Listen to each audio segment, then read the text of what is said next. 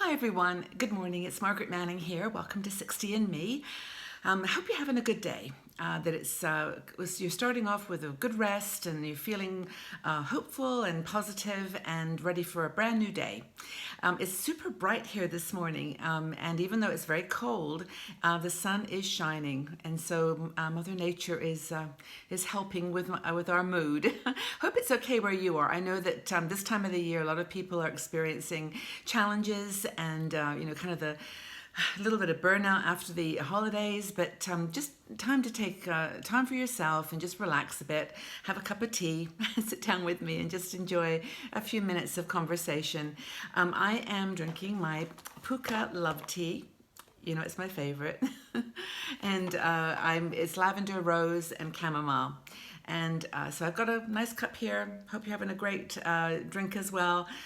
Let's just talk about something, though, that may have come up over the weekend for you, and over the last few weeks, I should say. And maybe just have a little dive into the complexity of the 60-year-old plus woman.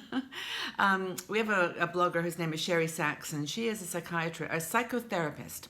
Get that right. There's so many different levels of counselor there, a psychotherapist, and she works with patients and wrote an article about something that when we published it on Facebook, it got quite a bit of response, good and bad, and it seemed to, as you would expect, elicit a lot of different responses. So it's about the topic of your shadow side.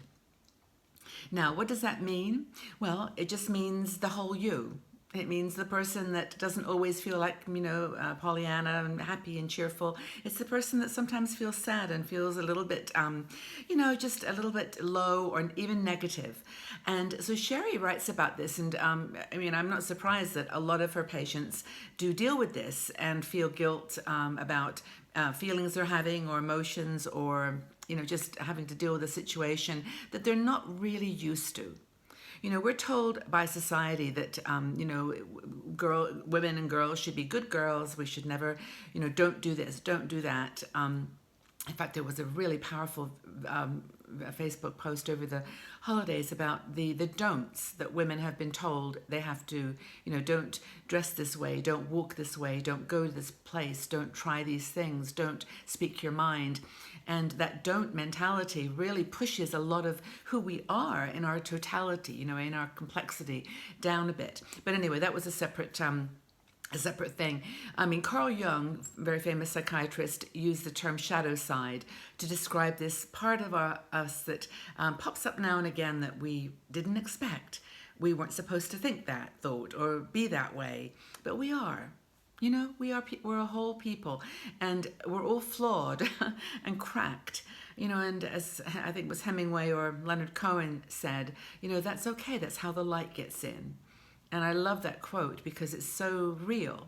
And maybe that's something that puts your mind at rest. But anyway, Sherry writes this article about the different experiences of the shadow self and how society has told us to be kind and giving and generous and pure and perfect.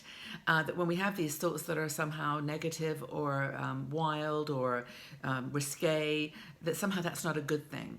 And social expectations really hold us back. So I think it's a really interesting topic. And have you ever had these kind of impulses and desires that you really didn't quite know what to do with? Like you thought to yourself, wow, that's not like me. I've never felt that way before. Perhaps it's even like, an attraction to someone that you shouldn't be attracted. Well, there you go, shouldn't be attracted to, or a situation that you've been told isn't safe or isn't good. Is that kind of danger zone that we sometimes go in our mind. Now, Sherry, of course, as a practicing psychotherapist, talks about the fact that we should embrace this shadow side, that it's part of who we are, and we have to keep kind of telling ourselves that we're good people. We're a good person. We're kind. We love our families. We love our work and our friends. We're genuine. We're honest. But our personalities sometimes might make us want something or desire something that makes us feel like we're being self-centered or selfish, greedy, uncaring. And particularly these emotions come up when we are hurt. I mean, a lot of women in our community, and we read this over the 5 years that I've been, working with 60andMe. There's so many women who've been so hurt by relationships and men who have not lived up to expectations, or have been in some way not what they wanted, and this kind of need for revenge, this need for getting back, making a point. It comes up, and then you just want to write it down or send a letter or an email, and it's just that desire to hurt someone, which you really, in your heart of hearts, don't want to do, but it's a kind of that emotion that we can't really deal with. Another emotion that comes up in this context a lot is jealousy. We've written about this, about the need that we want to be like other people. We want to have more than we have. We're jealous of people who have, money or possessions, who made maybe better choices in their lives, or didn't make mistakes. The way we judge ourselves, it's so crazy. But anyway, this is another emotion that we might put in that shadow side. But as Sherry reminds us, these are thoughts, and they're not actions. Always. Sometimes we do crazy things to get back at someone, or just say something that's a little bit snarky, or maybe even cruel. But we say these things because you've got to deal with these thoughts somehow. You can't just push them aside. So they're thoughts, not actions. And if we can be gentle with those thoughts, accepting of our flaws and our somewhat impulsive or negative side, that this is okay. It's the journey that takes us to the other side and deeper into ourselves. Now, of course, she reminds us that we've got to really express our true, honest self. And I think a lot of women in their 60s do face this kind of transformational opportunity. Sometimes it's scary. Sometimes you're not sure really what your decision is going to be, but it's something that you've got to face and embrace your whole self. And that includes that dark side too. She says you've got to be friends with your negative side. And this is what's very interesting about this, is that we actually do it with other people. We forgive others, but we don't sometimes accept that dark side in ourselves. So there's some food for thought. Now, of course, this is not just a mental game. This is actually physically manifest too. And she says that, it ends, of course, in depression, anxiety. It can end with insomnia, chronic pains, inflammation of all kinds, which inflammation, of course, we know now through medical research is the result, or is the cause of so many different illnesses. And pushing away that person, which is us, the whole person, actually then creates stress and tension that has, physical manifestations. So I think it's super important.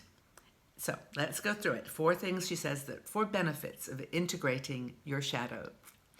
And I'd love your feedback on this, by the way. Don't feel like you have to accept or listen or believe everything that Sherry's saying, or that I'm discussing. This is a conversation, and that's I want to hear your perspective. If maybe you don't feel that it is a good thing to have an acceptance of your negative side. Let's talk. Anyway, self-judgment leads to becoming less judgmental of others. So when we're less judgmental of ourselves, I think that rolls over to our relationships with other people. And goodness me, if there's not enough difference of opinion in the world these days, but if we could only accept those differences of opinion and raise it up a level, that would be, in my opinion, a really positive thing for this year.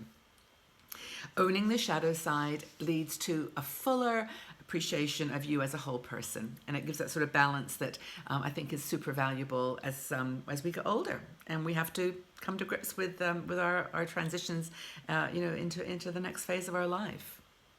It's important. It also releases energy and improves your health. We've talked about that. Really important. And here's one that I really thought about too, that I thought was very, very interesting, which is it increases your creativity. And I actually do believe that. I think that if you only see one dimension of yourself, only allow yourself to line up with certain adjectives and don't allow selfish or greedy or negative to be in those words, you don't sort of open your whole heart to a creative self. Personally, I think it's a really great way to increase creativity. So this is some ideas. If you now are of the opinion that it's worthwhile exploring this shadow self that you have, some ideas that Sherry gives for kind of expressing it and getting it out there. I'll go through these real fast and read the article because it's super interesting and I think it's thought-provoking. So write in a journal. Laugh at yourself. I love that one. Meditate with a focus on self-compassion and acceptance of your humanness. Very Buddhist perspective. Think of good qualities and know the opposite is okay too. Realize that your shadow self is just a reflection of your whole being. And it's your power, it's your honesty and your passion. I think those are really important words to associate.